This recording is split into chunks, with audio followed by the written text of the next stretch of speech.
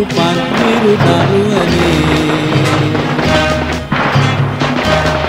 අපි ඔබෙන් නව අන ලබා මෙහි යලිත් උපන්නෙමු අද දිනේ නැසියන් සොයුරන් ඔබේ අද දුපුතු හැම බිමේ අදවතින් අපි උද බිමේ ඔබ තනි කලේ නැත කිසි දිනේ අදවතින් අපි උද බිමේ ඔබ තනි කලේ නැත කිසි දිනේ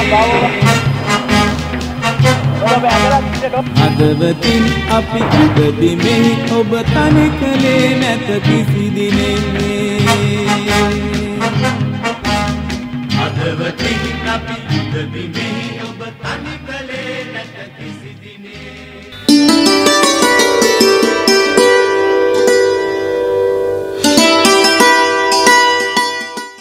ශ්‍රී ලාංකිකයින් වන අපට සිරිලක් මෑණියන්ට සම කළ හැකි දේශයක් ලොවේ වෙනත් තැනක නැත. විදේශගතව සිටින අපි වරින් වර ඇගේ උණුසුම, අලංකාරය, පහස සහ ආගන්තුක සත්කාර විඳින්නට ඇය කරා ඇදෙන්නෙමු. අප නිවාඩුගත කිරීමට ගිය අවස්ථාවලදී ඇය වෙනුවෙන් මෙහෙවරක් කිරීමට අප සිතුවාද?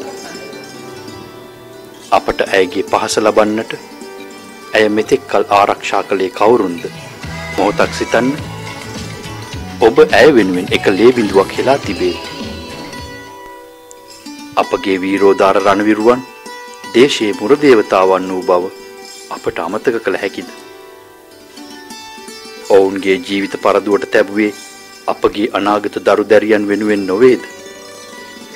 අපගේ අම්මල තාත්තල, අක්කල නංගිල, අයියල මල්ලිල තවමත් ජීවත් වන්නේ ශ්‍රී ලංකාවේ බව අපිට අමතක කළ හැකිද? ත්‍රස්තවාදයට ආගමක්, ජාතියක්, දේශයක්, වයසක් හෝ තරාතිරමක් නැත.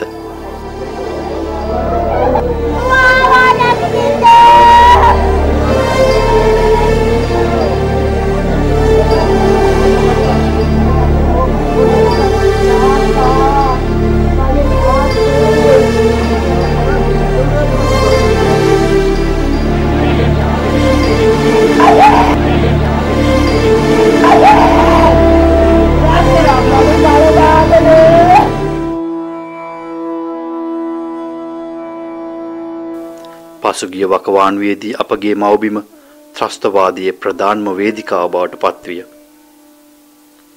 ත්‍රස්තවාදයෙන් ශ්‍රී ලංකාව ගලවා ගැනීමට ඉදිරිපත් වූ අපේ රණවිරුවන්ට අත් වූ ඉරණම ගැන සොයා බැලීම ඔවුන්ගේම සොයුරියන් වන අපගේ යුතුයකම නොවේද? අත්පා අහිමි වුණ, දෙසවන් නිහඬ වුණ, ඇස් අන්ධ වුණ සොයුරියනි,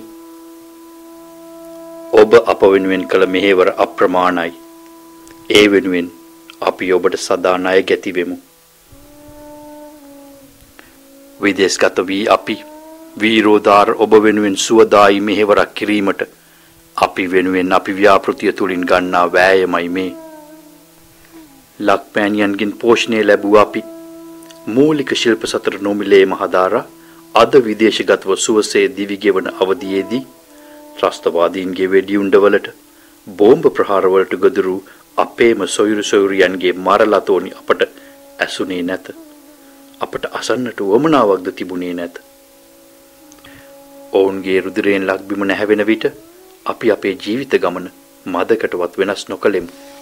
ඔවුන්ගේ ඒ ලතෝනි හඬ තුලින්, ඒ ගලාගේ රුධිරය තුලින් රැකුනේ අපේම ලක්මෑණියන් බව අප අමතක නොකළ යුතුය. ඔවුන් එදා අපගේ දේශය වෙනුවෙන් සටන් නොකළා නම් අද අපට ශ්‍රී ලංකාවක් ගැන සිතිය හැකිද? එසේනම් අප දේශයක් නැති ජාතියක් බවට පත් වී හමාර බව ඔබට මතක් කළ යුතුද? ඔව්, දේශයක් නැති